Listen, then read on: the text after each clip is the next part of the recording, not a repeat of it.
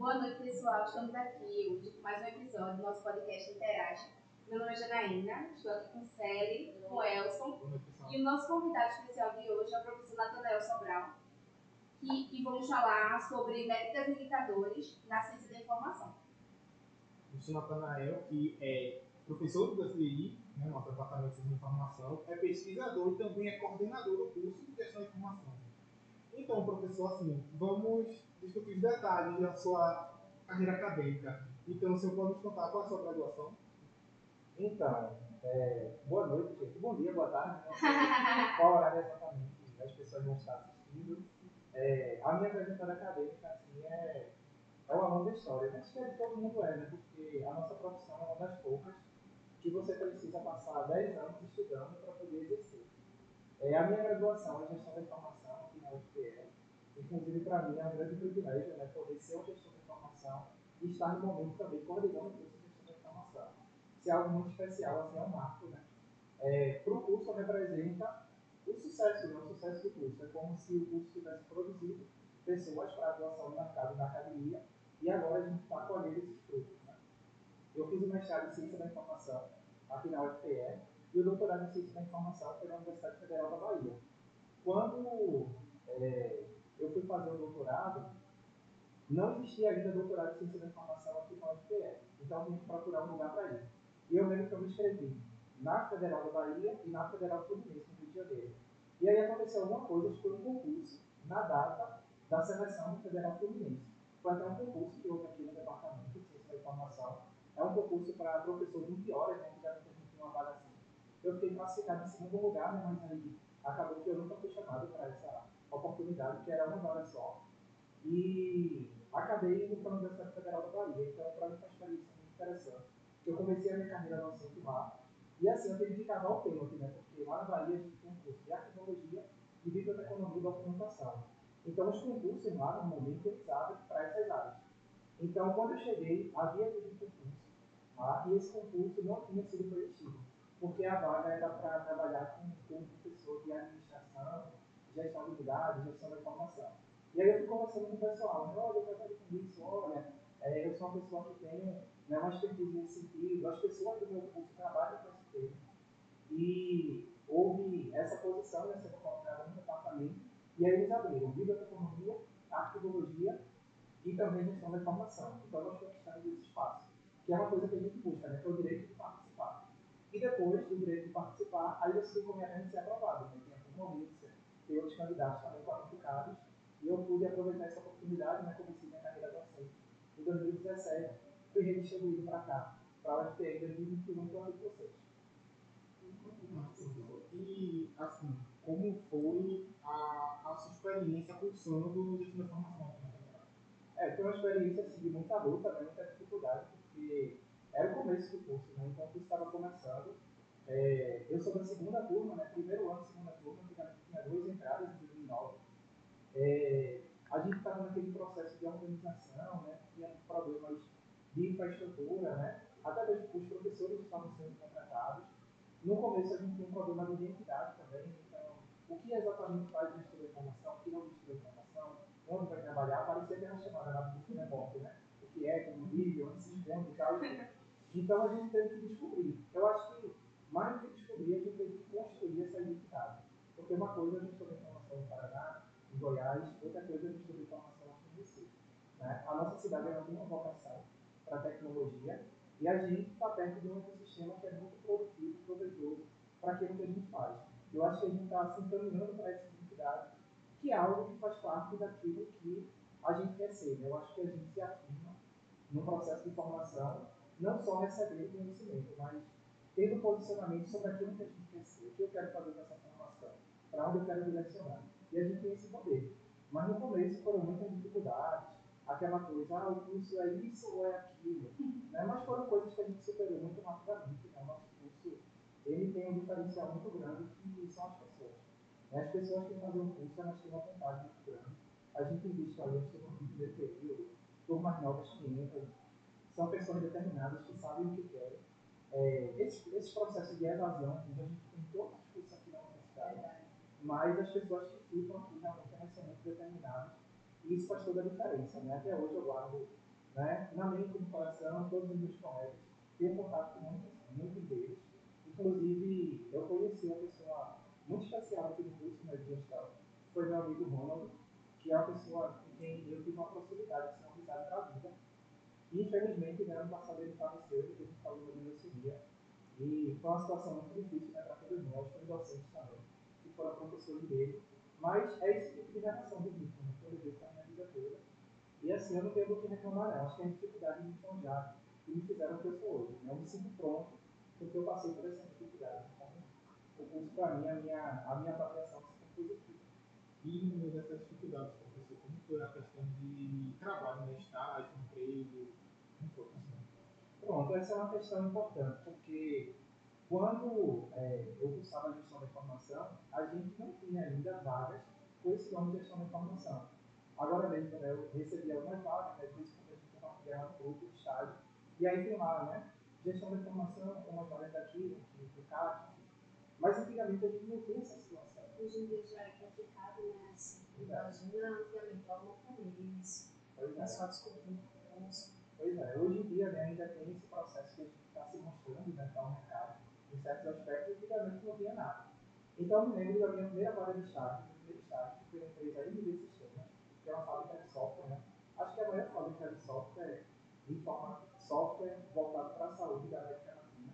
Uma empresa enorme, né? Hoje eles ocupam aquele espaço, que é do antigo shopping Outlet, né, no perto da Avenida Recife. E eu trabalhei lá, a vaga ela era voltada para a gestão de projetos de software. E ela não falava em nenhum momento de gestão de informação. Falava de administração, sistema de informação, ciência da computação, que é uma coisa toda. E aí eu me candidatei. Uma questão legal é que no mercado de trabalho privado a gente tem essa possibilidade, porque não é um concurso público, né? Que você tem que cumprir. Se mostrar, né? Pois é. Profissional. Você pode concorrer, né? Qualquer momento também você se candidata e concorre. Se você tiver competência, se você mostrar essa competência na seleção, né? Você fica. Então foi muito legal porque eu fui selecionado para ser titular. Também é um lugar assim, que guarda grandes amizades. Trabalhava com gestão de projetos, né? Então a gente monitorava os projetos de software que eram construídos lá. Né? Então, em que fase o software está, se isso aqui está cumprindo prazo, se não está, enfim, né? Com a gestão da informação aplicada em projetos. Foi uma experiência muito positiva para mim. Eu tive um outro estágio também, numa empresa que trabalhava com peças de tratores, eles vendiam peças de tratores. Foi uma experiência bem curiosa também, bem interessante. Foi um estágio supervisionado. E é isso, né? Eu fiz esses 2 estágios, tive também algumas bolsas aqui na universidade. Antigamente tinha uma bolsa que era, não vou lembrar o nome agora, mas era uma bolsa de desenvolvimento profissional. Tá? Então era legal porque a gente trabalhava, a partir dessa bolsa eu fiz um estágio aqui na instituição. E a iniciação científica, que para mim assim, foi o mais importante. Eu passei 2, 3 anos na iniciação científica. Eu me lembro assim que eu passei na sala, na secretaria, aí tinha assim a sala dos professores técnicos, aí tinha a sala do professor Fábio Mascarenhas. Aí estava um papel escrito assim, colado na parede.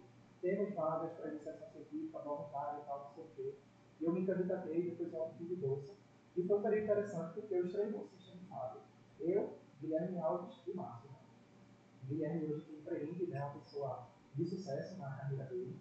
Márcio, que é nosso professor aqui no departamento, também tem um sucesso profissional muito grande, né? Ele foi praticamente secretário, né, gestor do governo do Estado, na prefeitura, na verdade. E o meu caso também com você como docente. Né? Então, para mim, assim, esses momentos assim, de estágio, de bolsa de iniciação na graduação foram fundamentais. Então, você também falou que de se descobrir na docência enquanto estava lá na Bahia. Como foi? Qual foi o evento assim que, cara, quero ser professor? Eu achava assim. Pois é, assim, a docência é uma dimensão da carreira acadêmica. A carreira acadêmica eu descobri muito cedo. Eu me lembro que quando eu fazia curso técnico, aqui no Cefet, né, que eu peguei aquela fase que eu entrei com o nome mudou e depois veio outro nome. Então, o Cefet virou IFEC e depois virou IFE. Tudo isso foi na época que eu estava lá no período, entre 2009, 2008, 2009. E quando eu estava lá, era engraçado porque eu tinha, assim, umas coisas estranhas, né? Por exemplo, eu gostava muito, assim, de entrar no currículo rápido das pessoas, né? Principalmente dos professores. Aí eu achava curioso que essa pessoa fez doutorado, não sei o que, mestrado. Que legal, eu admirava aquilo, né? Eu achava aquilo muito bonito. Eu olhava, assim, a carreira acadêmica, que era uma trajetória sempre brilhou para mim. Comum, né? Pois Se é. perguntar para algum aluno, não sei. Você acessou lá, se você quiser. Não, alguns até acessam, mas eu acho que é para olhar foto. Exatamente. Pois é, normalmente as pessoas acessam por uma curiosidade pontual. Né? No meu caso era a carreira que me chamava a atenção. Então eu olhava os concursos que tinha da carreira, eu gostava muito de conhecer o ecossistema, né, de inovação, de ciência, tecnologia. Para mim era algo que brilhava muito. E aí, assim, quando eu entrei aqui na universidade, de algum modo eu já tinha uma sensação de que eu queria seguir a carreira acadêmica. Tanto que quando veio o primeiro chamado, eu logo atendi. Agora, em relação a ser professor, é algo que veio logo em seguida, assim, como consequência. Porque hoje no Brasil, as principais carreiras acadêmicas que a gente tem são aquelas carreiras que reúnem ensino, pesquisa e extensão, que são as carreiras das universidades.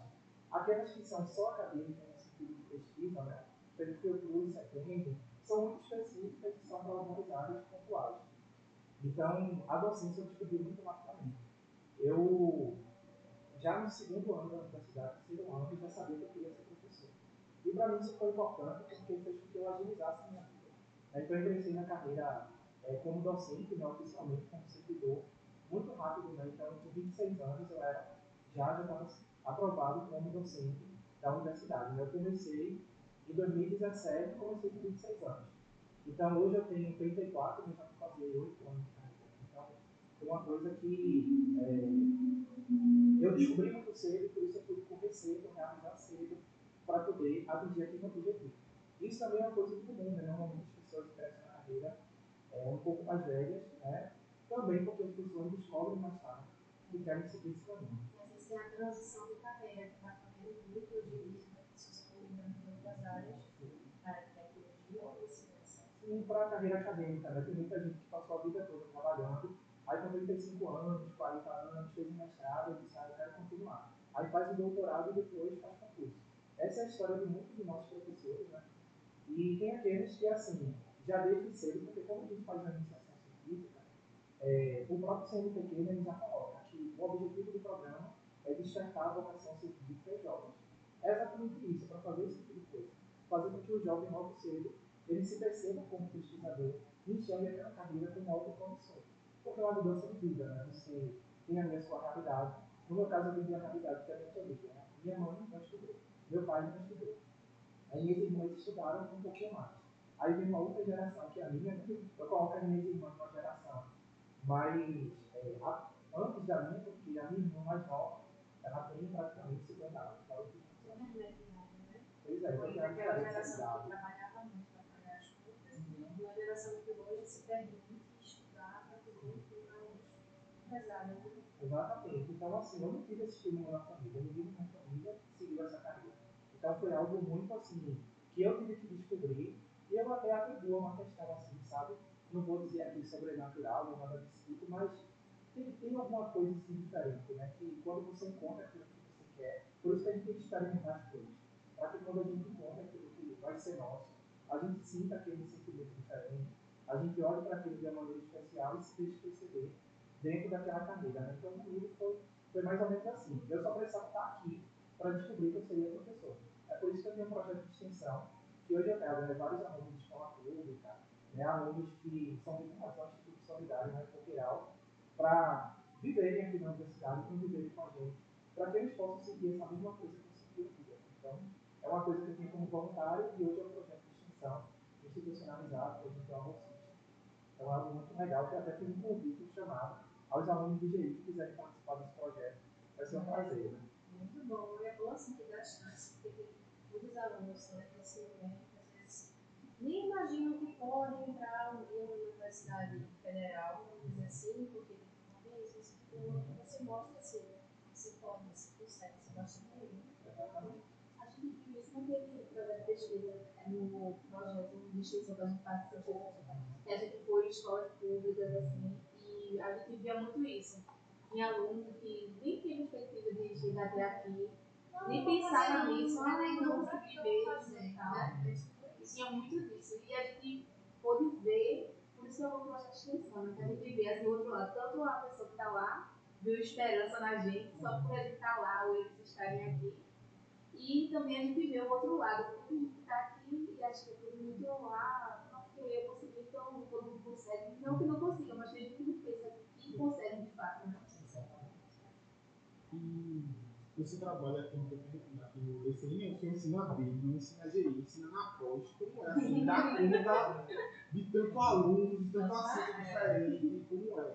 Como você consegue dar conta disso? É uma loucura, assim, porque chegou um contexto, né, que eu era professor do Biblioteconomia EAD lá na UFBA, aí do Biblioteconomia aqui, gestão da informação, e do programa de computação, ciência da informação. Então, no contexto também de pandemia, né, a gente enfrentou essa situação, né, de múltiplas informações na universidade. E é difícil, porque assim, no contexto da pandemia, a gente tinha aquela realidade que você ministrava aula para um aluno e você não reconhecia o aluno nunca, não, não passava por você. Né? Ele sabia quem você era, mas você não sabia quem era o aluno, mas não perdeu esse lado pessoal. E se relacionar com o aluno, conversar, trocar ideia. Porque hoje em dia a gente na sala de aula às vezes cruza no corredor, depois não lembra quem foi. Ai, mesmo, imagina online. Né? Só o professor que estava ficando na ligada, aluno não, você estava lá, a nome e pronto. E a foto do filtro, não reconhece mesmo. Foi um momento assim muito diferente, né? Hoje a gente tem esse processo também. Eu como professor, eu assim aceitei algumas coisas. Quando eu falo aceitar, não é no sentido de entender que uma coisa ruim é boa, mas aceitar no sentido de, tá bom, eu tenho essa realidade. Como eu lido de maneira saudável com essa realidade? Então, como professor, eu sei que eu tenho, às vezes, sei lá, 100 alunos no semestre. Então, esses 100 alunos, eu sei que eu não vou conhecer todo mundo profundamente. Eu sei que vai ter um aluno que vai entrar na sala, vai sair, não vai fazer uma pergunta, não vai trocar uma ideia. Hoje em dia, na chamada, a gente normalmente passa a lista, né? Então, até aquele dispositivo de chamada do aluno, dizer o nome dele, ou você dizer o nome do aluno, não responder, às vezes também não tem isso. Por isso que é legal, né, fazer essa chamada, né, mas nem sempre a gente consegue trabalhar dessa maneira. Então, é isso, né? Em relação aos alunos, a gente sabe que é uma relação, uma vinculação que nem todos vão ter aquele contato, né, mais estreito. Por outro lado, eu enxergo assim que, ainda que exista essa grande nuvem, assim, né, que são aquelas pessoas que você olha, sabe o rosto, às vezes sabe até o nome, mas você não tem uma relação próxima, mas o ensino ele tem me dado muitas coisas preciosas, né? Ele tem me mostrado alunos com quem eu tenho trabalhado, com quem eu tenho desenvolvido relação mais próxima, alunos que estão comigo na iniciação científica, que estão se preparando para o mestrado. Hoje a gente tem o Grupo Ciência, né? O Grupo Ciência é o grupo de pesquisa que eu lidero, junto com o professor Raimundo, né, já aposentado, mas ele participa aqui do grupo. No grupo a gente tem reuniões que tem 30, 40 pessoas, muitos alunos de graduação, mais de 10 alunos em questão da informação. Né? Eu nem vou citar nome para depois não esquecer o nome de ninguém, mas são vários alunos, né, que participam lá. Então é isso, né? A gente aceita que trabalhar com grandes públicos tem essa dimensão. Você tem aquele público que você vai ter o primeiro contato, que você vai se relacionar, vai saber da vida, vai saber onde aquela pessoa quer chegar de fato. Você vai ajudar aquele aluno. Né? Por exemplo, eu estou viajando agora para um congresso e tem um aluno de graduação que está exposto para o congresso. Eu se informo que eu vou participar lá na Bahia. Então, tudo isso é fruto desse trabalho, né? De pessoas que se envolvem e de pessoas que se permitem conhecer. E o professor ele tem essa limitação. Né? Às vezes, hoje mesmo eu estava contando para vocês, eu ministrava de manhã para a instituição, à tarde eu ministrei aula, aí antes da aula teve uma reunião de filosofia, aí fui resolver umas coisas e voltei para aquele podcast. Então, às vezes o professor não tem esse tempo, amém.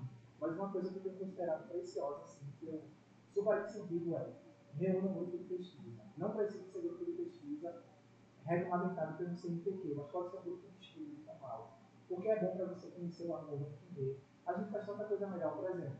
Tem um aluno que vai apresentar trabalho agora no congresso, né? Um par de alunos. E a gente fez um ensaio da apresentação deles, né? Então eles apresentaram, a gente deu dicas, aluno de mestrado, doutorado, comentaram, então eles vão chegar prontos. São alunos que vão estar prontos para aquele desafio.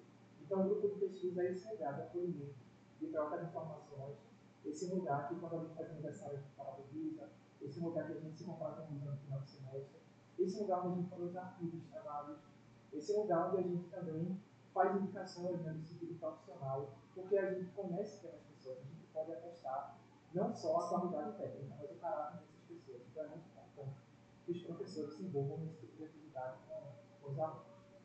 Os alunos que puderem também procurar conhecimento, conversar mais com os professores, já que são 40 para 1. Procurar também um pouco do professor, ele acolhe, ele abraça. Exatamente, porque às vezes o professor ele nem tem uma habilidade dessa. Mas se junta um grupo de 3, 4 alunos que diz ao professor, se o senhor quiser, a gente vem.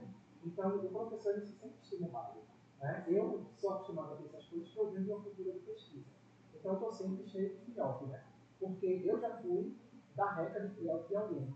Então, eu já faço parte dessa cultura de estar ali com meus habitantes e tal, né? É o meu jeito de ser. Mas, às vezes, tem alguns professores que não trabalham com essa perspectiva. Mas se os alunos, né, colocarem essa possibilidade, eu tenho certeza que muitos vão se sentir estimulados também. Aí vocês vão descobrir um novo mundo, novas possibilidades, e isso vai ser assim, um ganha-ganha sensacional. E pronto, agora em relação à coordenação. Você foi aluno e agora é coordenadora. Como é assim, né? A cabeça, poxa, eu era a pessoa sentada assim, olha, agora sou eu que coordeno tudo aqui, que toma as decisões, que guia para o futuro, né, do curso. Como está sendo a experiência de coordenador? Em relação a essa parte do sentimento, eu sou muito sereno. Às vezes eu tenho a sensação assim, que se eu ganhar na Mega Sena, eu vou ficar desse mesmo jeito. Tá? Porque assim, eu sou muito sereno porque eu acho que a serenidade ajuda na condução desse novo desafio. Né? Então, eu assumo a coordenação com muita serenidade, com muita tranquilidade. Tanto que houve a possibilidade, né, de eu assumir a coordenação e eu só disse sim quando eu tive paz. Né? Quando eu olhei para a minha vida e disse, tá bom, minha vida está como hoje. Porque quando a gente faz parte da pós-graduação, a gente passa a ter uma estrutura de trabalho voltada para a pesquisa. Então, o meu foco estava, né, me orientando de mestrado, doutorado, todo esse processo, né, que é um processo já muito difícil, e assumir uma coordenação em meio a esses desafios é algo que pode não ser uma boa ideia, porque é um momento certo de você assumir a coordenação. Mas aí eu parei, pensei, observei minha saúde, observei meu estado de espírito, observei minha disposição, observei esse processo de trabalho no qual eu estou e disse, tá bom, vamos para a coordenação. E aí eu assumi com muita serenidade. A questão agora toda é que a coordenação, né, eu era vice do professor Alex que vai subir um cargo agora na setorial de extensão, eu assumo a coordenação nesse momento de maneira pro-tempore, ou seja, ela é uma coordenação temporária, mas aí vai haver eleição, ou então a indicação da chefia, né, de essas duas possibilidades, e nesse processo que vai ser decidido nessa indicação da chefia, ou, de fato, uma eleição, eu vou participar da eleição, né, e aí provavelmente a gente vai ter o professor Igor, né, como vice. Ele tem se mostrado interessado, né, em conhecer a estrutura administrativa da universidade. Né. É uma pessoa, um cara muito intelectualizado também, que, enfim, tem muita condição. Né. Eu acho que é uma pessoa que é um talento, né, aqui na universidade, um talento como professor. É um dos nossos professores mais recentes. E provavelmente vai ser isso, né? O professor Natan e o professor Igor se candidatando à coordenação de maneira efetiva. E aí a gente está fazendo planos, né? Então a gente está naquela fase que a gente está conhecendo as coisas. Então, a Alex está me passando 100 anos de e-mail e tal. Quem vai administrar isso? Né? Então, eu estou recebendo as demandas e estou delegando e me autodelegando também, porque hoje a gente tem algumas dificuldades, né? A secretaria do curso, né? A gente tem um problema em relação ao servidor da secretaria que a gente não tem. A gente está sem bolsista, sem estagiário. Então, eu estou me reestruturando para poder compor essa equipe, me ajudar a compor essa equipe, começar a delegar as coisas e ver aquilo também que eu tenho que fazer.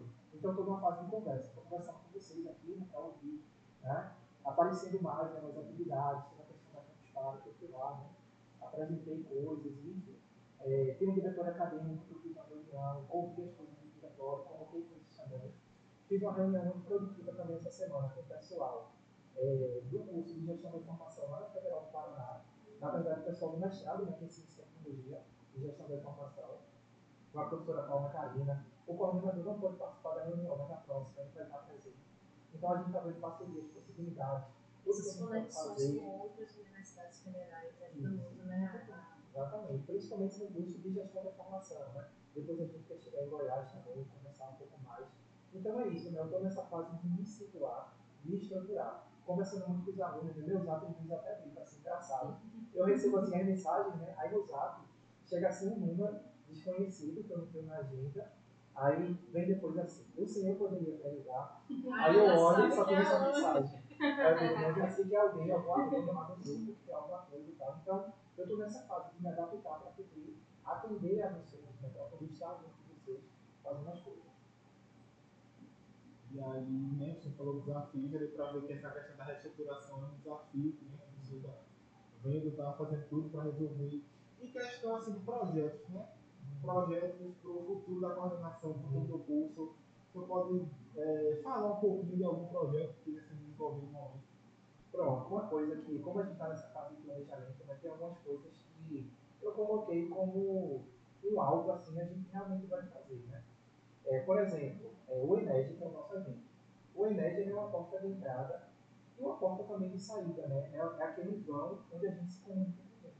Então, eu me lembro aqui do Ened, né, a gente recebeu aqui autoridades que eu Inclusive, no Enem de 2019, você participou como visitante, eu fui monitor da sala de A experiência. É isso aí, 2019. E assim, 2019 eu estava com um professor lá na Bahia, né? E sempre que eu podia, assim, eu participava do INED, né? Porque é um evento que eu nunca quis me descolar, porque é a minha área, né? Gestão da informação. E o ENED, fazer o ENED é algo importantíssimo, né? A gente já tem sonhado bastante, né? Tem professor sério, né? Que ele tem muitas ideias e ele fala algumas coisas, a gente diz, né? Vamos ver como é que a gente faz para fazer isso. Teve agora esse evento da Campus Party, né? Que foi uma proposta também de Célio e Guilherme, né? Eles trouxeram essa proposta para a gente. E foi um verdadeiro sucesso, né? Uma experiência maravilhosa. Olha, eu acho que de todas as coisas aqui no curso de engenharia, pensando como aluno e pensando também né, nessa fase como docente, eu acho que a minha experiência mais bacana foi essa, né? Da Campus Party, porque a gente se encontrou com o mundo, né? A GI encontrou os seus potenciais clientes, usuários, parceiros, empregadores, empregados, então foi sensacional. Né? E o Ened, a gente quer realizar essas parcerias com os cursos de GI. Então isso aí a gente já está costurando, né? Projeto de extensão, carga horária acesso. Então, já estou conversando muito com a Alex, né? A gente troca áudios assim, como é que a gente vai viabilizar. Porque tem muito aluno que tem essa dificuldade de fazer a carga horária acesso. O aluno trabalha manhã e tarde. Exatamente. Aí não tem como. Então, assim, quem sabe possibilidades de natureza mais remota. Então, no meu projeto, hoje mesmo já recebi mensagem de uma professor, adorei a ideia do projeto lá, mas não posso participar porque é presencial. Eu disse, não, a gente vai pensar uma coisa mais, vai para a reunião, porque a gente vai ter situações, porque é um requisito para aluno se formar. Se é um requisito, E assim, muito aluno, quando chega nessa etapa do processo, aí fica esse embate, poxa, como é que eu vou fazer? Eu posso falar por mim, porque Janaína sabe, muitas vezes, de um projeto, então nós temos que fazer esse ataque, uma função do projeto, não, mas é de manhã e à tarde. Aí eu dizia, Janaína, eu preciso de um que seja à noite. E assim, de preferência que seja um dia que não tenha uma matéria, porque senão eu vou casar em uma matéria do curso para poder cumprir o horário. Exatamente. Do acesso. Porque é uma realidade complexa, né? Porque a SEX é uma determinação superior, né? Não é algo que cumpre apenas a universidade, mas é uma coisa que tem a ver com o Ministério da Educação. Não, e a gente aprende muito com os projetos de extensão. É muito legal, né? Aprende não, é só isso. Os horários sábado, né? Também. A série fez um sábado também. Esse projeto mesmo, a série também, é de extensão. E aí é de noite, é uma coisa que viabiliza melhor o pessoal fazendo. E é isso que a gente quer fazer, né? Viabilizar essas oportunidades. Aí eu coloquei lá no grupo, essa experiência que eu fiz já foi um traquejo, né? Essa estratégia, eu vou colocar isso aqui e vamos ver o pessoal que procura. Porque também, assim, às vezes o aluno ele um recado para você que é muito difícil. Né? Que só procura quando está terminando o curso, quando está no desespero. O ideal vai no segundo período já começa. é procurar antes né, essas oportunidades e vocês podem falar com o professor. A gente tem vários professores aqui na universidade né, que desenvolvem atividades e você pode chegar para o professor de sua preferência e dizer professor, o senhor poderia propor uma atividade a sexo para a gente, tá? Olha, a gente até poderia ajudar com isso, aquilo, aquilo outro, dar uma ideia. Tem muitos professores aqui que adoram. Pois é, porque a gente tem que viver esse momento e aproveitar as oportunidades. Porque a coordenação setorial do CAC, que cobre todos os cursos, hoje a gente tem um professor de gestão da informação. Né? Então, assim, isso é uma facilidade de comunicação. Não que ele vá privilegiar a GI em relação aos outros cursos, mas é uma facilidade porque você já conhece, você sabe quem é aquele professor. Né? Hoje a gente tem uma direção que também é um professor do nosso departamento. Isso é uma facilidade porque você conhece aquele nicho. Você pode chegar lá e é uma pessoa com quem você tem familiaridade para você colocar uma coisa, perguntar, questionar, até mesmo cobrar uma situação. Então, isso é algo muito positivo para a gente ter essa frente. de diálogo, tá bom? Então vocês, né, alunos do curso, procurem professores para desenvolver essa carga horária, a SETS. E eu estou com o meu projeto agora, eu sei que o professor Alex também tem projeto, e tem outros professores que estão se organizando, e a gente vai fazer de tudo para estar colocando no grupo e dando ampla divulgação. E às vezes, assim, a carga horária SETS ela tem um determinado valor, né, acima de 200 horas. Então, às vezes, você tem que fazer duas SETS para poder bater essa carga horária. Então, por isso que o quanto antes, né, na minha, eu já estou tentando viabilizar cargas horárias grandes para poder atender essa situação. Porque é do meu interesse, como coordenador do curso, que esses alunos recebam essa carga horária, né, mediante a feitura, né, da atividade, para que esse aluno possa, né, se formar e ir para o mercado de trabalho. Eu não quero que ninguém, né, termine o curso tudo e diga, eu me formei no primeiro diploma porque eu não fiz acesso. Tem muita gente nessa situação, inclusive, logo no começo, né? Tem gente do meu tempo ainda que tá. Só por causa disso. Aí vamos colocar. Você não tá vendo não, né? Pois é, Vai conseguir. porque no perfil antigo, aquela carga complementar é mais fácil, você pode ter um monte de coisa.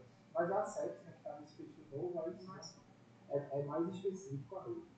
Inclusive esse edital da Floresta que teve agora, todos os projetos que foram aprovados, eles podem ter poder de acesso. Não é todo projeto de extensão que pode ser acesso, mas desse edital, todos podem ser acesso. Então, eu tive um projeto aprovado, o professor Alex também, acreditou, enfim. Então, tudo isso pode ser usado como carga horária acesso e a gente vai trabalhar para que mais atividades desse sentido sejam disponibilizadas. Então, na dúvida, procure o coordenador, mas também assim, procure o seu professor de sua preferência. Porque qualquer professor pode ministrar uma atividade nessa perspectiva. Resumindo, você pode dar ideia de um projeto de extensão.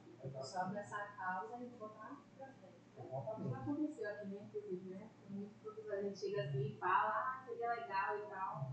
E a Antônia até tá comigo. Estamos sobre até com perfil de ideia, gestão de né? informação muito bom. A Alex está aqui com a gente nesse podcast, ele é coordenador do projeto. Tem alguns professores que têm cultura de extensão, né? A Antônia tem cultura de extensão, Bruno tem uma cultura de extensão.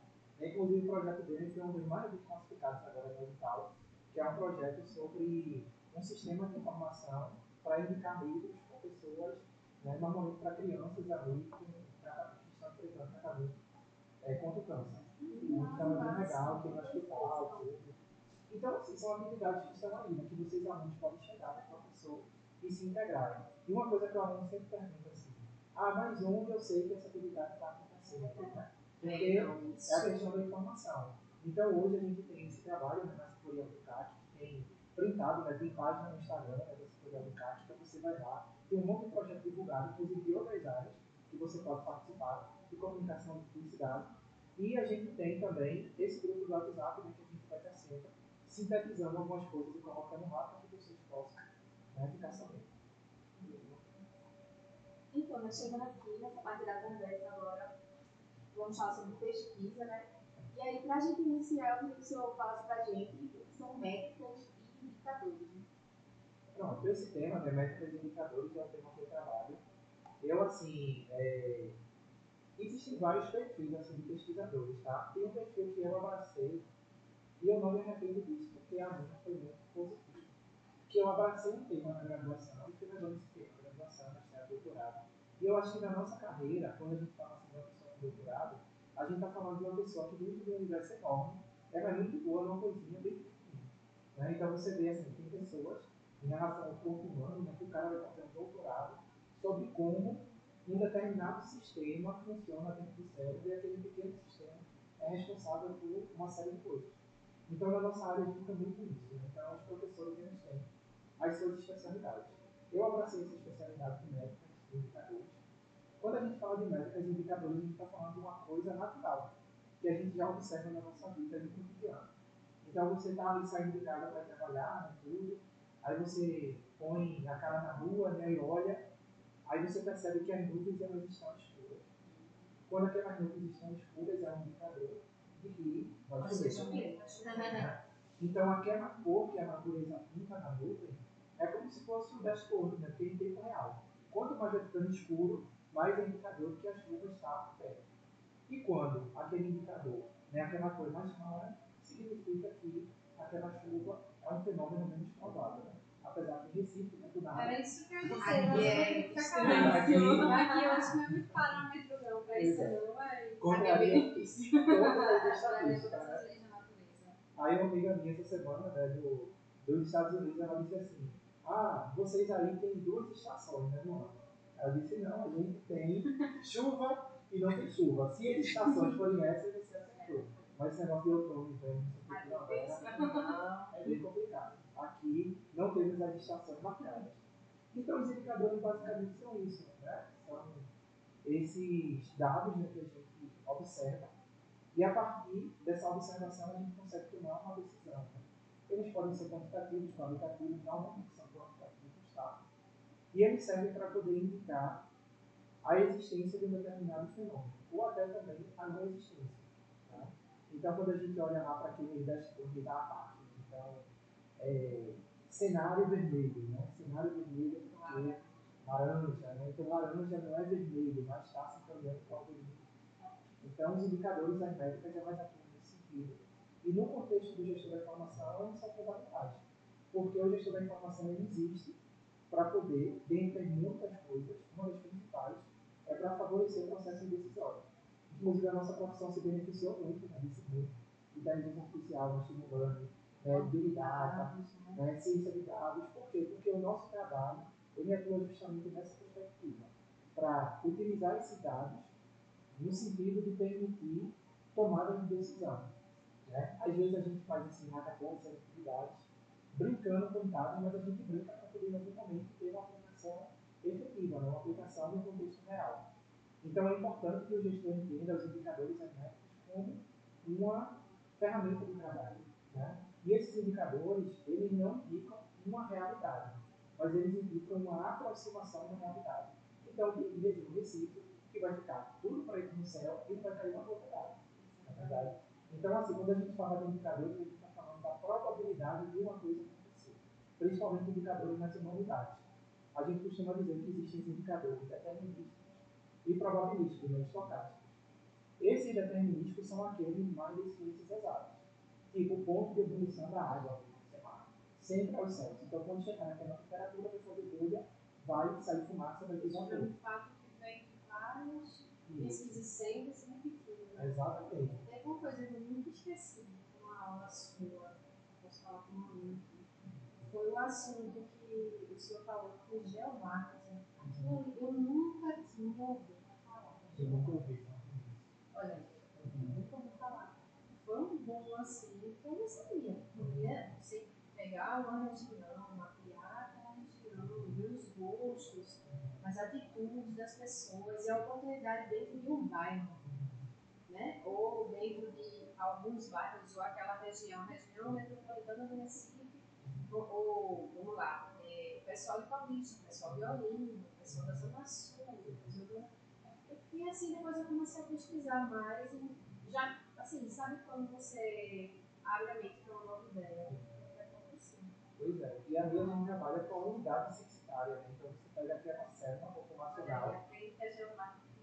Pois é. Inclusive, para mim, assim, a minha experiência profissional, quando eu me formei como gestor da informação, foi numa empresa que trabalhava com geomarketing. Então, existe um sistema de informação, né, que até hoje ele é uma empresa que cresceu muito, né, recebeu aporte até da Intel, que é a empresa Geofusion, que desenvolve um sistema chamado ONET. E eles fazem um trabalho muito bonito nesse sentido, né? A empresa que eu trabalhava era cliente deles e a gente desenvolvia também estudos voltados para a publicidade. E ali a gente tem indicadores, né? Então, quando a gente fala do indicador determinístico, a gente está falando de algo, como você falou, que houve muitos estudos e são coisas que são relacionadas às ciências naturais e exatas. Né? Então, por exemplo, se eu pego esse celular seguro, a gente sabe que tem um cálculo, né, que vai determinar a gravidade e que com certeza esse celular vai cair. Não existe a possibilidade de ele não cair. É certo, é determinístico. Isso é uma coisa certa, né? Exatamente, é um evento determinístico. Já o probabilístico é das humanidades. Você pode, por exemplo, ter uma pessoa que passou por depressão, ansiedade, a mãe morreu, o pai morreu, a casa desabou e tal, e essa pessoa ser de muito sucesso e ter muita paz no coração. E você pode ter uma pessoa de uma família rica, que sempre teve tudo, pai, a mãe, perto e tal, e essa pessoa é uma pessoa hoje triste, que não conseguiu lograr o êxito, né, na vida. Então, quando a gente fala das humanidades, a gente está falando de fenômenos probabilísticos. Então, É lógico que uma pessoa que passou por todos esses traumas, ela vai ter mais chance de desenvolver determinadas, né, situações. E uma pessoa que não desenvolveu, menos chance. Mas isso não é determinístico, isso é probabilístico. Tem gente que contraria todas as expectativas, né? Isso não é isso não é um mérito pessoal. Às vezes tem várias outras questões envolvidas, mas quando a gente fala de fenômenos probabilísticos, a gente está falando dessas possibilidades que as humanidades trazem. Então, por exemplo, você pode analisar um indicador e ver que num determinado bairro vende muito refrigerante e no outro não vende nada. Mas de repente você fazer uma campanha, né, para poder reverter essa situação, né, fazer um refrigerante light, diet, né, que não agride o meio ambiente, com uma garrafa sustentável e tal, você quebra todas as barreiras que impedem o consumo naquela região e quebrando essas barreiras você começa a vender. Então a gente tem que olhar para o número e a gente não pode ser pragmático com o número. A gente precisa Assim, se teve uma pesquisa de mercado, aí você já vai com a certeza que aquilo vai acontecer e de repente você se surpreende porque veio um fator humano. Exatamente. A gente tem pesquisa política, né, que tem candidato que vai dormir meio com corda, né, não passa nem naquela zona lá, que é uma zona que fica como supor. Né? Por quê? Porque a pessoa pode dormir pensando no voto e acordar pensando no outro. Pode chegar de um fenômeno de fake news, vai chegar uma notícia falsa, a pessoa é beneficiária do Bolsa Família e sai uma fake news que a pessoa vai acabar com o Bolsa Família. Só não vota. Se você é funcionário público, sai uma notícia que a pessoa vai acabar com o concurso público, a pessoa não vota. Então, assim, são situações de manipulação social que fazem com que esses indicadores eles percam a sua precisão. Então, o indicador, gente, ele tem a métrica, né, o indicador tem um tempo e um espaço. Então, a pesquisa política é daquele momento que foi captada aquela informação. Amanhã pode acontecer um evento, né, uma cadeirada, por exemplo, uma cadeirada, uma facada, né, um tiro, e tudo isso mudar o cenário político. Então, são situações que ocorrem que a gente precisa estar observando. Por isso que a gente tem essa lógica, né, do dashboard, né, que vai ter um acompanhamento em tempo real. Mas a gente tem essa lógica da pesquisa estática, que continua sendo muito importante. Mas ela tira um retrato do momento para a gente analisar depois. É que nem eu pensei de vocês, né? Vocês vão passar o questionário, tá? Você vai responder. Pode ser que no semestre seguinte a gente pergunte as mesmas coisas e as pessoas não chamam tudo diferente. Né? Isso não anula a pesquisa, isso não invalida a pesquisa. Mas demonstra a necessidade da gente estar o tempo todo coletando dados, se atualizando para poder interpretar a realidade que é mutável, né? Ela muda o tempo todo. Mas no caso, e a métrica, professor? Você falou muito de indicador, mas e a métrica? Pronto, os indicadores e as métricas, basicamente, a gente está falando da mesma coisa, né? Então, os indicadores, eles são métricas, né? As métricas são medidas. Quando a gente traz essa questão da métrica, né, logicamente, a gente está remetendo a um contexto mais quantitativo, que é o contexto natural do indicador, né, que são as quantidades, né? 80% das pessoas gostam disso, 20% não gostam. Né? As pessoas tendem a consumir mais tal coisa. A gente tem pesquisas clássicas, né, que eu sempre trago em sala de aula, pesquisas históricas, como por exemplo o Walmart, né, quando eles começaram a trabalhar com base de dados, mineração de dados, eles começaram a brincar muito, né, eu falo brincada, mas é uma coisa que gera muito dinheiro, né, brincar é uma forma de falar, para poder investigar, por exemplo, dentro do contexto de notas fiscais, como uma pessoa compra o que é uma métrica junto. Né? Então, eles começaram tanto que tem pesquisas clássicas, né? Se você digitar aí no Google fralda e cerveja, você vai descobrir a relação de fralda e cerveja. Que eles perceberam que a quando o pai vai comprar a fralda da menina, ela assim, ó, vou levar essa cerveja junto. Uma cerveja. Pois é, exatamente. Então, esses dados que são coletados, eles geram a possibilidade de métricas e indicadores. Então, a gente está falando basicamente de sinônimos, né? Então, quando a gente fala dessas métricas, a gente está falando dos indicadores. E nesse contexto, a gente tem parâmetros, né? E esses parâmetros, eles servem justamente para a gente dizer se aquele indicador está no nível aceitável ou não. Então, quando a gente vê a parte colocando lá, que é laranja, é porque eles mapearam que caiu um volume de água, né? Tem lá o pluviômetro. Então, aquele volume de água é um volume arriscado. Então, a gente vai ter problema, infelizmente, de desabamento, desmoronamento. Né? Não é bom as pessoas saírem de casa, alagamento. Então, eles avisam, né, para poder a gente se prevenir. Mas eles avisam aquilo baseado no contexto de dados. Então, são dados, né, que geram essas métricas, que geram esses indicadores. Nesse contexto de dados, assim, o quão relevante é a gente lidar, né, com métrica e indicador na ciência de informação? É fundamental, né? Eu digo assim que na ciência da informação, onde a gestão da informação está inserida. As métricas e indicadores basicamente nos constituem enquanto área. Então, a nossa área, ela surge e ela ganha fama, ela ganha propulsão a partir de dois elementos fundamentais, né? A questão da organização da informação, que é a vocação do gestor também, né? E a questão das métricas e indicadores, bibliometria, sintometria e infometria. Tanto que um dos grandes produtos da nossa área, que é a base de dados Web of Science, né, que foi criada no contexto bibliométrico, informétrico, né, da ciência e gestão da informação, bibliotecnologia, enfim. É uma plataforma que surge naquele cenário pós-guerra, né, que é muito favorável, né, que tem toda aquela discussão que a gente vê na sala, né, da explosão da informação, tudo, e surge para organizar a informação científica e gerar indicadores daquela informação científica, para a gente poder entender o que, é que a gente está pesquisando mais, o que, é que a gente está pesquisando menos. Isso que a gente está pesquisando mais é alinhado aos objetivos estratégicos de Estado, né? No caso de Estado, dos Estados Unidos, que é onde essa coisa surge. Então, a relação ela é bem absoluta. Assim. Então, quando a gente fala de métricas e indicadores, a gente está falando dos carros-chefe da ciência da informação. E no caso da gestão da informação, absolutamente. Eu vejo hoje em dia, né, eu conversei com a gestora, né, da informação, do núcleo de gestão da informação da Prefeitura do Recife, que é uma amiga nossa. E assim, uma coisa que surpreende muito é que os alunos, eles chegam lá já sabendo as coisas, né? Lógico que, assim, às vezes a gente diz assim, poxa, eu não sei a ferramenta X. Mas você não sabe a ferramenta X, mas você sabe o princípio da ferramenta X. Né? Porque você já fez alguma coisa relacionada a dados. Então, só muda o nome da ferramenta. X faz um pouco coisa assim, tem uma interface desse jeito. Y faz mais desse outro jeito, a interface é diferente. Mas os alunos, eles conseguem desenvolver aquilo que o professor Raimundo fala, né, que é a sensibilidade.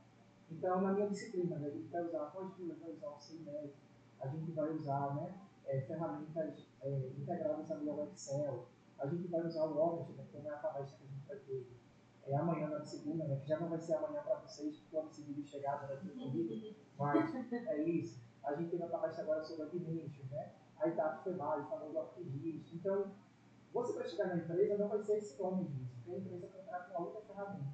Mas o princípio é o mesmo. E vai trabalhar gerando indicadores, estatísticas, dados, e o tempo todo esses gestores eles vão estar pedindo dados. Né? Às vezes o gestor, né, o gestor executivo da empresa, o diretor, o gerente, ele pede esses dados e nem sempre ele usa, porque a gente ainda tem um problema hoje em dia, que é, a gente tem uma cultura de dados, mas as pessoas ainda não têm uma cultura de tomada de decisão de dados.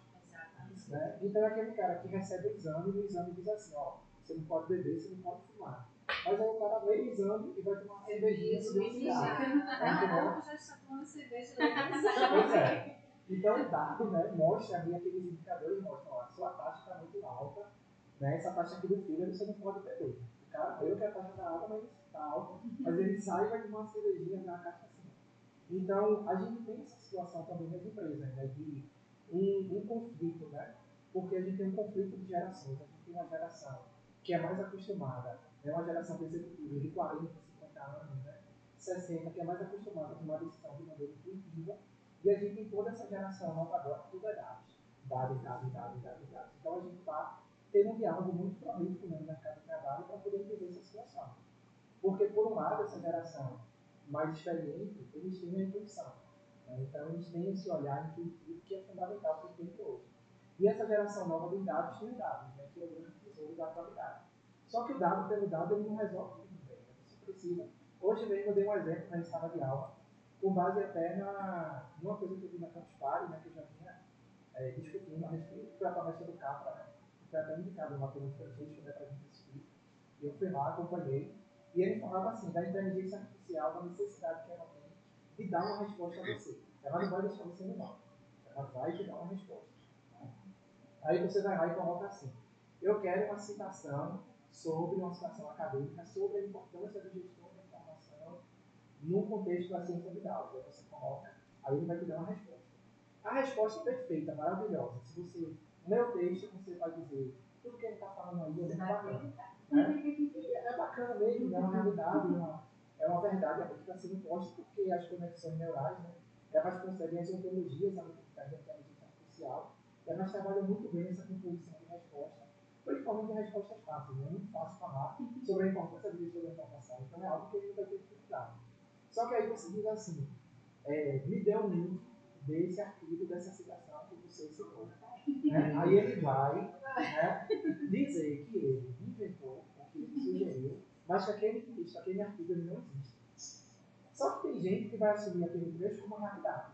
A IA me disse. Aí eu vou copiar, vou colar, vou botar no meu A PC. desinformação. Vejo isso. Gente, a IA ela dá a citação, ela dá o nome dos caras e ela dá a referência. Só que o artigo não existe. Quando você pega o link, que é a prova cabal, diz que aquilo de fato está ali, é tudo construído. Aí assim, você fala a palavra mentira, né? E você fala a palavra desinformação. É uma mentira, é uma desinformação? Talvez não, né? Porque a resposta é correta e tal. Mas tem um problema seríssimo de fonte de informação. Ela meia informação. Pois é, é uma meia verdade. Não é uma desinformação, a meia verdade da falta. Pois é. Aí no caso, como pra gente aqui em português é tudo a mesma palavra, mas no inglês no caso desse seria o quê? Um misinformation, né? Que tá errado, assim, não tá completamente certo. Não é aquilo que fica em cima do muro. Não é uma desinformação, um negócio que foi feito com o intuito de dar errado. Mas que foi montado assim e ficou, não ficou ideal, né? Agora seria uma noção de misinformation sobre a fonte, não sobre o conteúdo, porque o conteúdo é real. O conteúdo ele vai dizer que o principal, que trabalha com ferramentas e tal, o conteúdo está perfeito. Muitas vezes melhor até do que se o humano tivesse formulado. Porque a IA, ela trabalha muito, e é isso que a gente vai ver, né? A IA nesses sistemas, com o pior de nós e com o melhor de nós. O pior de nós, os vieses, os preconceitos. Né? Então, tem uma aluna mesmo que ela está com a ideia, né, de fazer um trabalho sobre vieses de inteligência artificial para a seleção de emprego, principalmente com a questão de gênero. Então, a inteligência artificial, com os dados que ela tem, ela sabe que a mulher, né, normalmente em algum momento da vida, deseja ficar gestante, e aí vai parar e tal. Então, a IA ela cria um preconceito para contratar mulheres a partir desse viés, né, da noção do feminino e do masculino. Né? Então, isso é um problema seríssimo que a gente precisa reinterpretar essa inteligência artificial. Por exemplo, a maior parte da população carcerária do Brasil é de pessoas negras. Então, a negra é o quê? É presidiário e tal, não sei o quê. Então, a IA também ela pode consolidar viés desse tipo. E cumpre a nós treinar essas IAs para que elas possam reverter. É que nem o ser humano, né? A gente cresce às vezes com preconceito. Eu cresci com preconceito.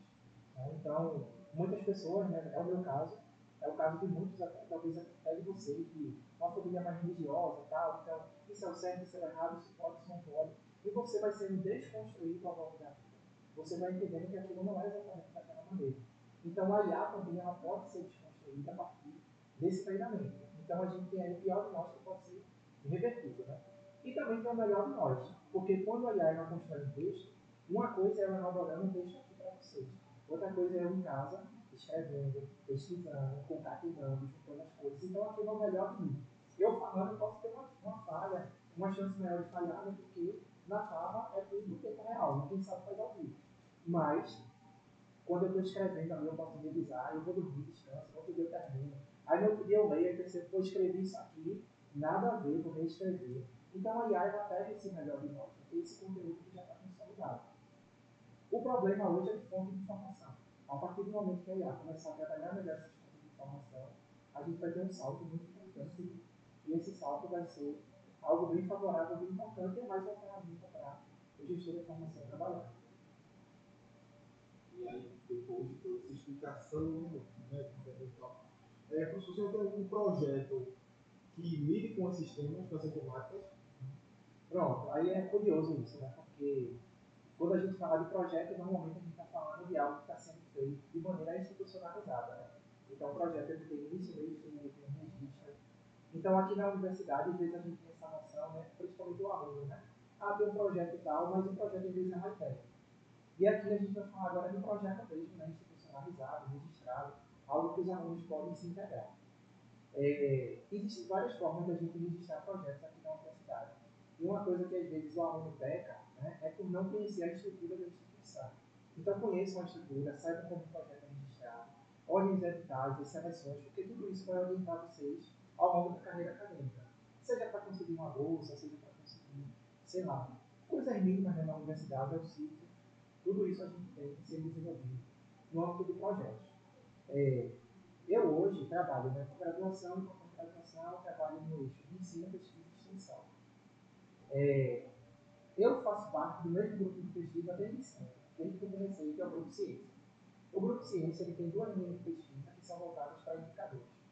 O nosso foco é mais voltado para indicadores de produção científica e tecnológica. Quando a gente repagina o grupo, porque antigamente quem liderava o grupo era o professor Fábio Mascarenhas e o professor Raimundo. Eu acho que teve também a liderança do professor Raimundo, Murilo em algum momento. Então, foi uma geração lá do grupo. Depois que eu voltei para a universidade, eu assumi o grupo, fiz questão de assumir o grupo. Porque eu queria reformular algumas questões e eu queria oferecer aquilo que eu recebi do professor Fábio e do professor Raimundo. Reuniões sistemáticas, projetos de pesquisa, oportunidades para se candidatar à bolsa, atividades. Então, nessa reformulação do grupo, a gente percebeu o seguinte, eu até conversei isso essa semana com o professor Raimundo, que o grupo ainda tem a ementa e a linha de pesquisa do passado, mas ele já tem uma atuação do presente. Então, no passado, era indicadores de produção científica e tecnológica, ponto. Né? Hoje em dia, não. Hoje em dia, o grupo trabalha com inteligência artificial, gestão da informação das organizações, no contexto público. Né? A gente tem projetos sobre a questão das patentes, né? Prospecção tecnológica. E a gente já tem alunos produzindo trabalhos, alunos com bolsa, alunos voluntários, apresentando artigos, trabalhos, em eventos, apresentando, fazendo palestras, atividades, treinamentos, ministrando cursos, a partir dessas ferramentas, ciência, dados e tudo mais.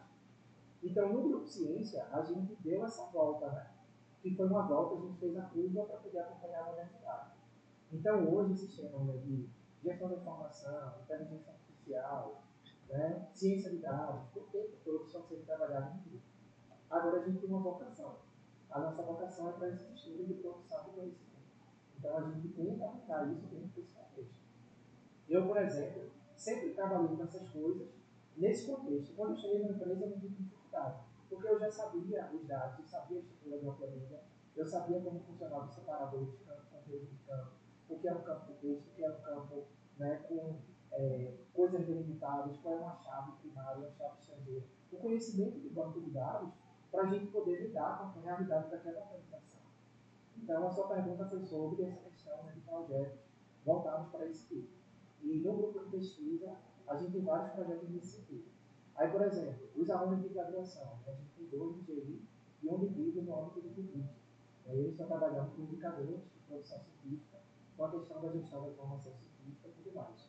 A gente tem um mestrado, um aluno que tem um projeto sobre inteligência artificial, desenvolvimento de mecanismos e ferramentas para poder fazer treinamento. Né? E esse treinamento a gente está tentando aplicar agora para o contexto do Instituto Nacional da Nova Planta, que é um contexto que chegou até nós e a gente tem colaborado nesse sentido. Aí tem outro aluno que está fazendo uma reflexão mais intelectual, que é sobre a inteligência artificial no âmbito da literatura de ficção científica. Então, na literatura de ficção, tudo que a gente está vivendo hoje já aconteceu, né? O mundo já acabou, o apocalipse tudo já chegou. Né? Então, o computador que vai ser o ser humano, o toque, e a pessoa, aquele episódio do Black Mirror é uma coisa assim, fenomenal, né? Todos os episódios, né? Mas os primeiros, assim, principalmente aquele que a mulher, né, o marido morre, né? E aí ela dá acesso ao e-mail dele, a todas as plataformas digitais que ele usava, e é feito uma máquina, né? Uma máquina que reproduz o corpo do marido dela. Eu achei na sua aula. Pronto, a gente colocou na aula. Então aquele episódio para mim é fantástico, emblemático, porque mostra bem para onde essa coisa está indo. E aquilo que é feito ali é justamente o treinamento de inteligência artificial para que aquela IA reproduza o comportamento do marido dela. Daí no começo é maravilhoso, né? Então o marido vira um super marido, né? Porque ele é uma máquina, né? Ele não cansa, ele faz tudo que ela manda. Uma coisa boa para a mulher, o marido faz tudo que ela manda. Então assim, é uma maravilha. Mas depois começa a ter esse problema, né, que não é humano, e analisa nesse conflito. Então aí vocês podem assistir esse episódio, que é um episódio maravilhoso, e são discussões, coisas que acontecem no mundo da ficção, mas que a gente tem também na realidade, né, do mundo. E a pesquisa sobre isso ajuda a mostrar quanto que a ficção já revelou acerca dessas profecias, né, uma coisa profética. Né? Então tem um aluno que trabalha com isso. Então, o tempo todo aí, só teve uma disciplina que chegou para mim e disse assim: não, professor, sou estagiário da prefeitura. E a prefeitura tem problema de gestão da informação de saúde e tal. A prefeitura é X. E eu quero fazer um projeto para poder atuar lá e desenvolver. Aí o aluno foi, fez uma apresentação, montou um texto, aí ele já apresentou aqui no grupo, a gente já deu muita opinião que tá. Aí eu já pensei em uma pessoa lá da Bahia que trabalha com gestão da formação de saúde.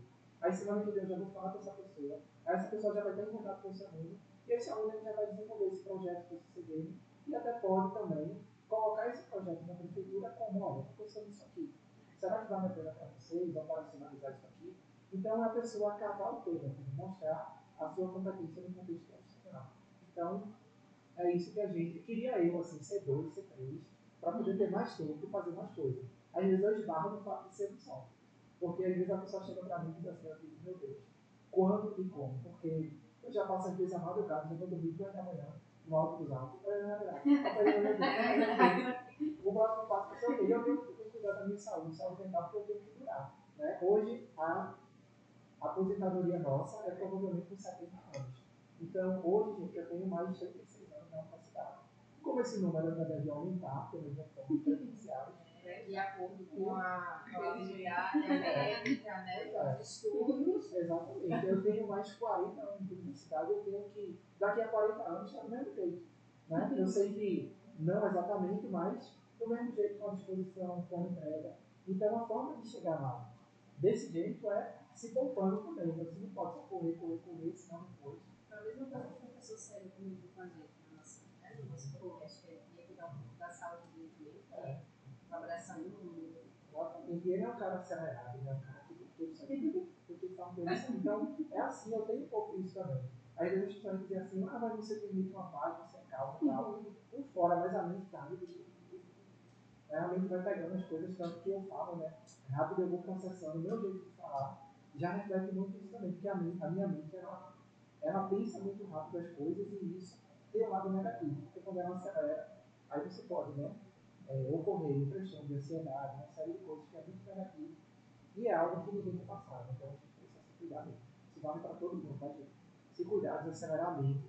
Uma coisa que eu faço assim, né? A dica de saúde mental, né? Quando eu penso que esse caminho está muito acelerado, né, eu coloco o tempo de shortar e deixo para caminhar. Né? Aí coloco fone de ouvido, escuto as músicas que eu gosto, vou olhando as paisagens e isso me ajuda muito. Coloco sentar no modo avião. Então isso é muito positivo, sabe? É algo que a gente precisa fazer para poder durar. Porque não adianta você ser um sucesso, um estouro, né? O aluno que virou coordenador, e aí, ano que vem, está na frente, bateu as botas. Por quê? Estava trabalhando muito, teve aquele infarto. Então não é assim que a coisa funciona. Tem que durar. A gente, para viver essas coisas, a gente precisa ter o mínimo, né? O básico. E o básico é a vida. É viver, existir. Então, isso é fundamental. E foi bom que a pessoa fala assim, a gente já pega o gancho também da gente falar sobre o mercado, né? O mercado, como é para a informação, trabalhar com indicadores, com métricas. E aí, né, por exemplo, a gente sabe que o conceito de indicador e métrica são coisas que já existem há algum tempo, só que, digamos assim, não era tão disseminado, não era tão discutido. E aí eu estava, na hora de montar a equação para as meninas, é assim, o que o senhor acha que foi o divisor de águas que trouxe à tona, quer dizer, o senhor até falou a questão lá da questão do bioinformacional, né? Que o senhor acha que foi a principal causa que fez assim, que trouxe à tona essa questão de que a gente precisa lidar com indicadores, que a gente precisa lidar com métricas, essa questão de fazer o tratamento de dados, que vai chegar na tomada de decisão ideal e tal. O que o senhor acha disso? Pronto, tem esse boom informacional, né, que está na literatura, né, década de 40, pós-guerra, uma coisa toda. Mas, independente disso, existem vários outros booms menores, mais contidos e tão importantes quanto. Exemplo, antigamente, quando você ia comprar uma passagem de avião, o que você fazia? Você ligava para a empresa e tal, aí alguém anotava. Aquele dado ele não era devidamente registrado, né? Você comprava e pronto. Você ia fazer uma compra no mercado, quase não tem certeza de nota fiscal. Então a gente vivia numa sociedade em que o registro do dado não era algo peremptório, decisivo, obrigatório. Hoje em dia, qualquer contexto que você faz, uma conta eletrônica, gera lá o dado, e assim, o dado ele não é gerado necessariamente para que a gente opere no âmbito da ciência de dados e gestão de informação. Ele é gerado por uma questão probatória, por uma questão jurídica, então tem que ter a nota fiscal por uma razão contábil, né, que vai interferir ali na questão da empresa não estar... Pesquisa de satisfação também, né? Período assim, não vai lá no site, coloca as pessoas que não Antigamente não tinha isso. Hoje em dia você faz a pesquisa de satisfação na Shopee, você põe o vídeo e aquilo se reverte em moedinhas que você vai utilizar depois para poder abater uma compra. Então, são coisas que antigamente não existiam. Né? Então, a empresa ela tem que emitir a nota fiscal, ela tem que cumprir a burocracia do Estado para poder não ocorrer ali na questão de desvio fiscal, essas coisas todas. Né? Então, isso que surgiu por um propósito, depois foi usado para outro. Porque a gente olhava assim e dizia, tá bom, eu tenho já aqui esse macarrão, eu tenho aqui esse molho, eu tenho aqui essa carne. Por que eu não posso fazer um macarronado? Então a gente começou a olhar e dizer assim, poxa, a gente tem muitos dados. Por que a gente não pode fazer estudos prospectivos a respeito desses dados? Então, à medida que esses dados passaram a ser registrados, se abriu todo o cenário de oportunidades. Então, uma coisa que eu sempre falo em sala de aula, né, que foi uma mensagem de WhatsApp que circulou muito tempo, que eu acho que poderia circular mais coisas assim no WhatsApp, né? Tanta porcaria, né? Poderia circular mais coisa boa. Que é uma mensagem assim que falava que antigamente você tinha a maior empresa de hotéis do mundo. Era o quê? Hilton, os hotéis do Donald Trump, toda aquela coisa lá. Hoje em dia, a maior empresa de acomodação do mundo, ela não tem nenhum hotel, não tem nenhuma acomodação dela. O Airbnb. Então, você chega lá no Airbnb, é tudo coisa dos outros, então é um sistema de informação que trabalha com metadados de acomodação dos outros, e você vai lá e faz a sua reserva. A maior empresa no ramo, no segmento de aviação, não tem um avião. Né? Por que não tem avião? Porque não precisa, a gente precisa dos metadados do voo. Então, quando que o voo vai sair, não sei o quê, se aquele voo tem unidade e tal, o preço do voo, para poder trabalhar nessa perspectiva de vender para o usuário intermediário. Então, isso vale para tudo. O iFood, qual é o restaurante do iFood? O iFood ele trabalha com informação. O negócio do iFood é informação, ponto final. Não é comida, não é restaurante. Comida é no Shining Box, é no Gavetos, no Espetos, no Outback, né? O iFood não trabalha com comida, né? Ele trabalha com informação. Até o I, né, precede o food, né? iFood. Então é isso. Então a gente tem essa nova realidade. Essa nova realidade que são negócios que são fundados a partir da cultura de dados. Quando eu lia os livros na minha graduação, você dizia o seguinte, né? Porque nos Estados Unidos eles têm essa coisa, né, de CEO, né, Chief Executive Officer, né? Aí tem o CIO, né, que é o Information Officer, né? Tem o CTO, né, de tecnologia, e se dizia assim, né? Isso inclusive fazia parte daquela literatura clássica de Davenport, né, Matthew Joseph, que até hoje a gente lê. Que uma grande ruptura que houve é que, antigamente, esses caras eles nunca iam ser o executivo da empresa. Informação e tecnologia nunca. Eles eram acessórios. O executivo era aquele administrador e tal, passo. Depois veio toda essa geração americana de todo mundo, né? Você tem aí, né, os grandes CEOs hoje das grandes companhias são pessoas de tecnologia da informação. É Mark Zuckerberg, enfim. Por quê? Porque eles fundaram seus próprios impérios a partir dessa nova cultura de dados, né, de tecnologia. E não só usufruíram, mas eles ajudaram também a moldar esse mundo. Então, o futuro foi moldado por eles, né? Foram ali construindo essas plataformas e fazendo com que a gente tivesse essa realidade que a gente tem hoje. Então, no âmbito da gestão da informação, é isso que a gente tem. Eu acho que esse grande divisor de águas foi essa cultura de dados que foi crescendo. Então, qualquer coisa que você faz hoje em dia gera dados. Então, esse podcast vai ser indexado, né? E aí pode ser indexado em outras plataformas, e aí tem o metadado dizendo quem estava no podcast, quem entrevistou, quem falou. Então, o tempo todo a gente está dando dados. Então, tanto que hoje a discussão é essa, né? Se eu dou o dado, o que é que eu recebo em troca? Inclusive, a gente tem toda essa discussão, né? Instagram é gratuito, Facebook é gratuito, não é gratuito, né? Você paga. Você paga colocando seus dados lá e assistindo publicidade. Então, não tem nada gratuito ali. Então, é uma realidade que está sendo colocada, mas que a gente aceita se submeter porque é uma troca de valor.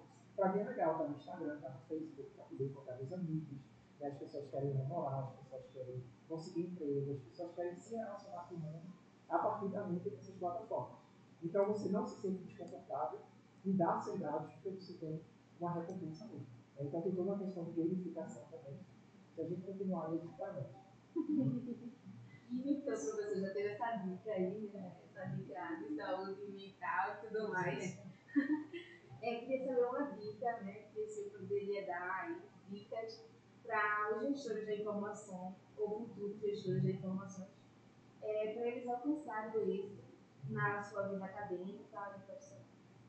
Pois é, a dica que eu dou assim, é uma coisa básica, né? Hoje em dia eu vejo que tem muitos valores invertidos, né? A pessoa quer indicar sem trabalhar, a pessoa quer. Tem coisas assim que são básicas, isso aí é o básico, gente. Para gestor da Mas informação. tem vídeo, né? Porque. Tem vídeo dizendo, não, ganhei milhões em uma semana. E o jogo só faz fraude, né? Tigrinho. Tigrinho, essa coisa toda, né? Então, hoje, gente, é o do Tigrinho, amanhã é o do Tigrão, depois é o do Tigrinha. Porque eles vão mudando o nome, mas a lógica é a mesma. A gente vê pirâmides também, né? Muitas empresas de pirâmide, aí começa, só ganha um dinheirinho. Aí depois é todo mundo preso, aí você descobre que o dono estava morando em Dubai e foi um carro importado. Então, assim, são realidades que a gente não pode cair nessas enfermidades. A gente tem que ser esperto. Aí você vai olhar e vai dizer assim, não, mas olha, eu vi que fulano de tal ficou rico assim. Mas fulano de tal ficou rico no universo de milhares, às vezes até milhões. Foi o que ficou rico para um monte, né? Né? Então você tem que ter atenção que a tendência maior, e aí falando até de métrica, de indicadores, né?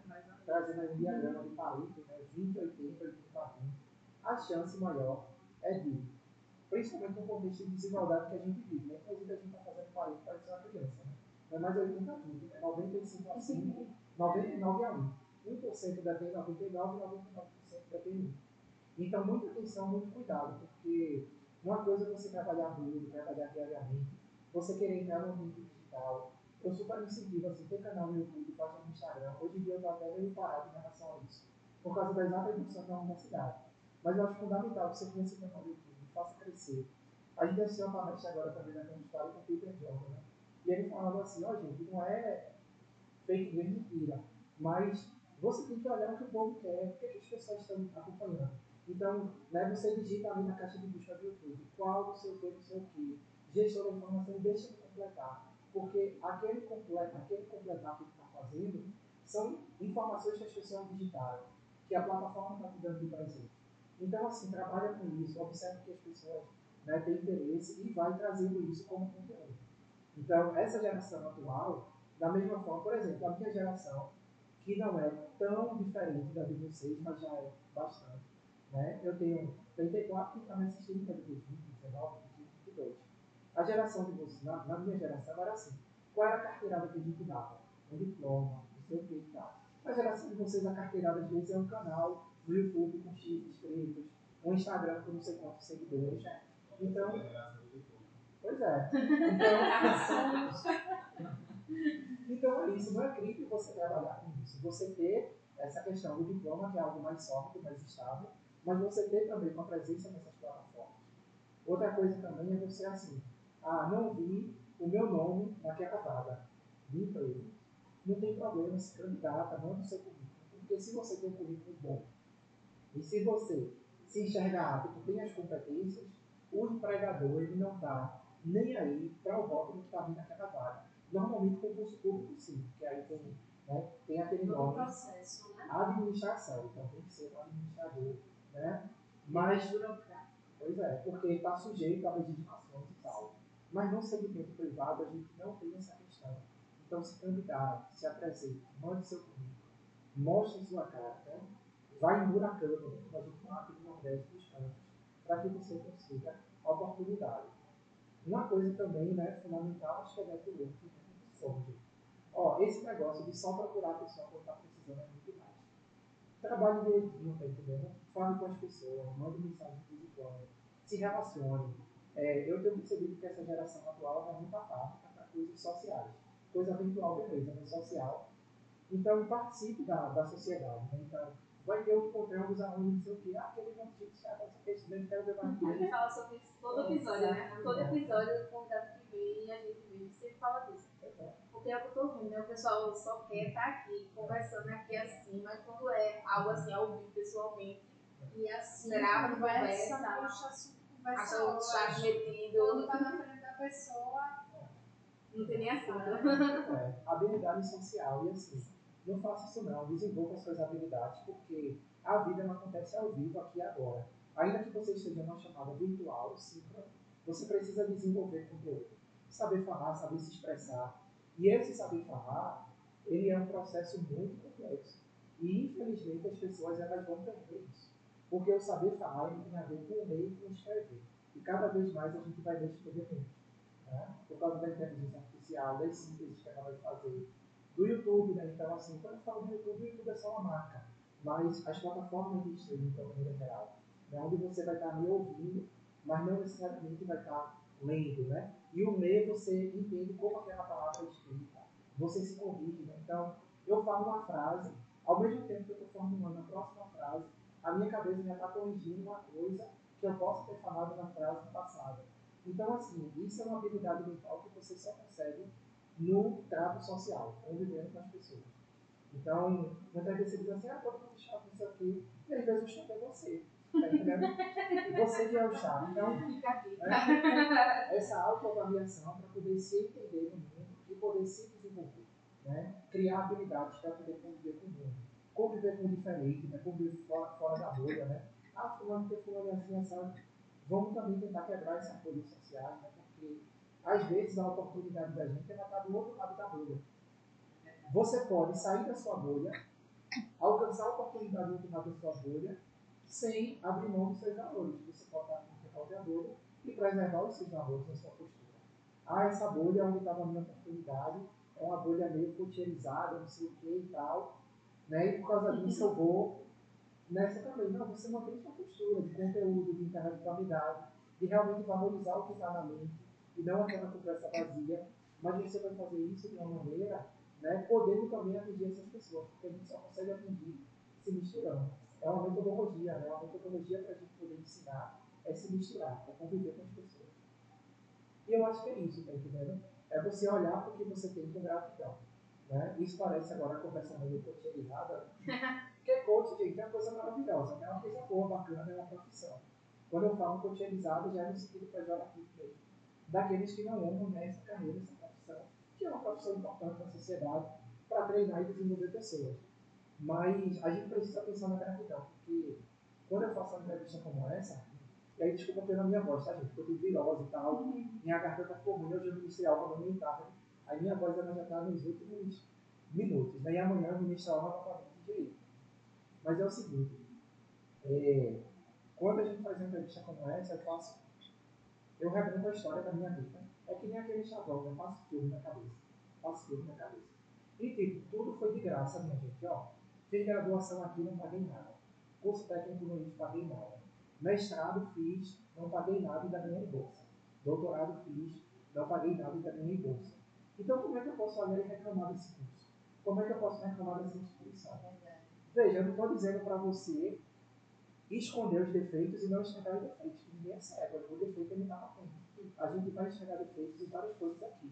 Mas a gratidão não significa que você não vai enxergar o defeito, mas que você vai ser grato pelo que você recebeu, que você vai olhar para o que você recebeu e dizer, poxa, eu recebi um empurrão, agora é comigo, agora eu tenho que ir atrás.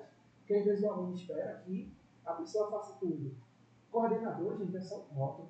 O coordenador ele tem pouquíssimo poder. O coordenador não contrata professor, não demite professor, e ainda bem, né? O coordenador ele não compra computador, não compra. O coordenador é uma função simbólica, emblemática. Ela tem atribuições institucionais que aparecem ali, por exemplo, né, para a gente tirar dúvida de alunos, conduzir processos de situações de matrícula, situações onde a gente vai ter que determinar disciplinas do semestre. Né? A gente ouve os alunos da comunidade. Às vezes o aluno quer interagir com o professor numa situação não muito interessante, então o coordenador ele vai poder mediar essa situação. Então o coordenador é isso, né? O coordenador é também uma pessoa limitada que acumula esse cargo junto com todas as outras coisas do ensino, pesquisa e extensão. Então, tem muito também que cumpre ao aluno. Né? Do aluno, ou às vezes chegar em casa e dizer assim, vou assistir uma besteira. Lógico que é bom assistir besteira também para dar uma limpada na mente. Né? Às vezes eu assisto, né? Às vezes eu chego em casa com uma hora de pegadinha, né?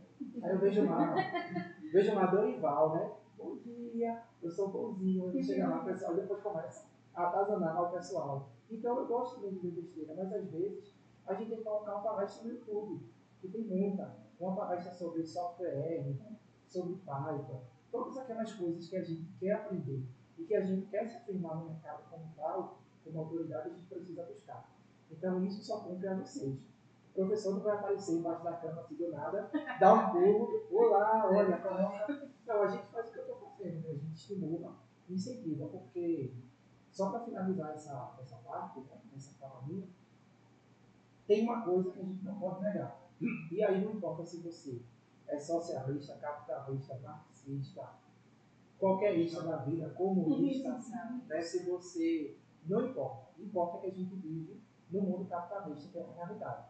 É um mundo que tem um design. Qual é o design dele? Ele é feito para poucos darem certo e muitos darem errado. Vai ter aquela galera que vai ficar na média, aquela massa. Vai ter aquele pouquinho que vai descontar. E vai ter aquela grande base que vai viver, sobreviver. Então, no curso de GI, qual é a sua turma? A minha turma tem 30 alunos. Pronto, desses 30, não é porque é GI não, gente. Pode ser qualquer curso. Vai ter aqueles que vão despontar, que vão ser destaque, que vão alcançar representatividade. Vai ter aquela maioria que vai viver uma média. E vai ter uma outra base que vai viver com dificuldade. E você pode fazer movimentos para que você não seja esse cara que vai ficar com dificuldade. Né? Então, é correr atrás, é se integrar com essas dicas, é se inteirar, interagir com colegas, se superar, criar oportunidades, cavar tempo, né? Isso é importantíssimo. Então, pô, não é para mim que isso não é para mim, é para mim, eu vou lá. Campus Party, por que Campus Party é só de computação?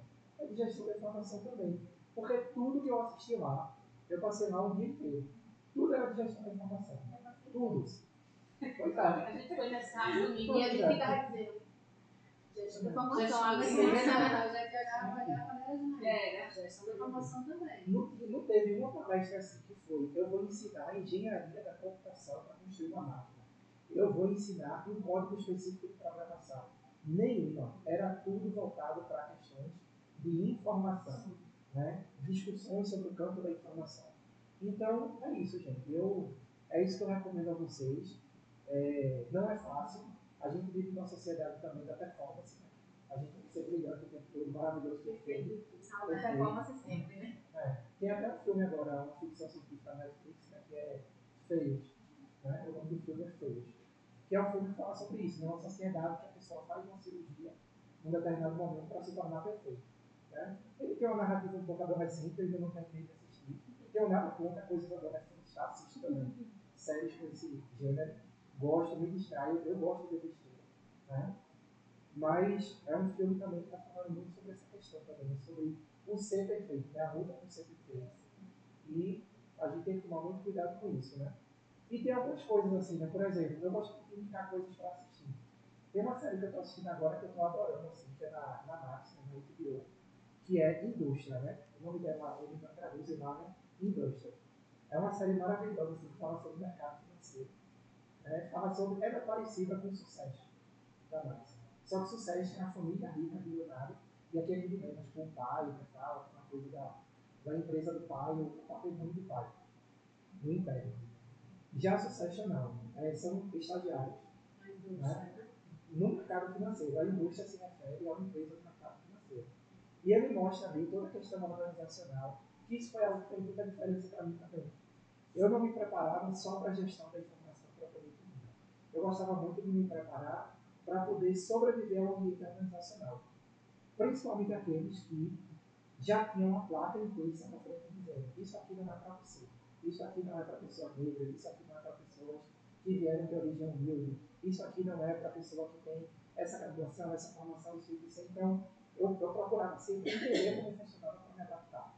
Então, essa série é maravilhosa, né? Porque é uma série assim que ela fala de dilemas organizacionais, é muito aplicada no mercado financeiro, mas tem também a questão da informação, né, do trading, né, para quem gosta dessa parte, né, as loucuras, assim, a cultura daqueles espaços. E eu recomendo muito coisas assim, sabe, que você assiste e tem um reflexo no ambiente organizacional. Né? Coisas como Black Mirror também, que eu adoro essa série, sou suspeito para falar. Pois é. E é isso aí, gente. Depois, se sugerir mais coisas, eu vou sugerir lá no Instagram. As coisas acompanhadas. É isso aí. Pode parecer uma coisa meio clichê, né? Mas é isso mesmo, sabe? Porque se você não fizer, ninguém vai fazer. A gente tem incentivo. Hoje mesmo eu tenho uma gratidão enorme. É até difícil citar nomes, mas esse nome merece ser citado, né? Do professor Paulo Mascarenhas, né? Do professor Raimundo, da professora Vilma do Frei, né? Que foram pessoas assim que realmente me incentivaram do jeito para que eu pudesse estar aqui. Mas tinha que ter do lado. Não adianta ele empurrar e eu não fazer força. Pois é, fazer força para trás não adianta, tá entendendo? Quando você é empurrado numa coisa boa, você tem que se deixar ser levado. Então é basicamente isso, tá? Pronto, pessoal. Professor, primeiramente, muito obrigada por ter aceitado o convite, por todo esse conhecimento passado nos alunos, passado para os direitos. Eu particularmente agradeço de coração. Sua palavra do coração. E assim, logo esse episódio vai pro ar, certo? E agradeço também a todos vocês que estão assistindo, que separaram um pouco do tempo de vocês, de poder escutar as dicas e os conselhos do professor Marcão. Sejam aí para fora dele. Eu só queria agradecer, né, ao professor, a vocês também que estão aqui, a equipe do podcast também, que faz acontecer, né? Foi muito interessante, eu gostei muito aqui do bate-papo da gente. Foi algo bem enriquecedor mesmo, muito conhecimento. E é bom, né? Assim, a história do professor incentiva bastante, né? Eu acho que deve ser o professor mais jovem aqui do departamento. E dá um incentivo aí, né, para o pessoal que está fazendo o curso, que às vezes se sente desmotivado e tudo mais, que tem que ter força de vontade e correr atrás mesmo que as coisas podem acontecer. Tá aqui o professor, né, como exemplo. Faça acontecer. Só depende de você, né? Como ele disse, nem tudo a gente vai encontrar aqui, né? É muito fácil ver o defeito, o que é que está faltando. A gente sabe que falta, às vezes, muita coisa. Mas se a gente correr atrás e procurar por fora, a gente vai aprender tudo que a gente quiser. Só depende da gente mesmo. Faltou muito na minha época também, né? E eu tô aqui, né? E me procurem, gente, na coordenação, me coloca à disposição. Meu zap todo mundo tem, já tinha há muito tempo. Agora no grupo, é sempre. Me procurem, mandem mensagem. Eu não tenho ainda um call center, né? Pra você mandar mensagem e responder. Às vezes é demorado, mas vai dar certo. Exatamente. Mas me procurem, mandem mensagem pra gente conversar, entendendo as coisas, né? E verificando como a gente pode estar melhorando o curso e fazendo de maneira conjunta o nosso curso se acabar, tá bom? Muito obrigado a todos vocês pela maneira como conduziram a entrevista. Precisando, é só chamar. Muito obrigado. Muito obrigada, professor, pessoal. E assistam aí o episódio do Natan. Vai sair em breve, viu? Vai sair rapidinho, vai sair o episódio. Siga a gente lá no Instagram e acompanhe os episódios do YouTube, tá bom? Obrigada. Valeu, gente. Tchau.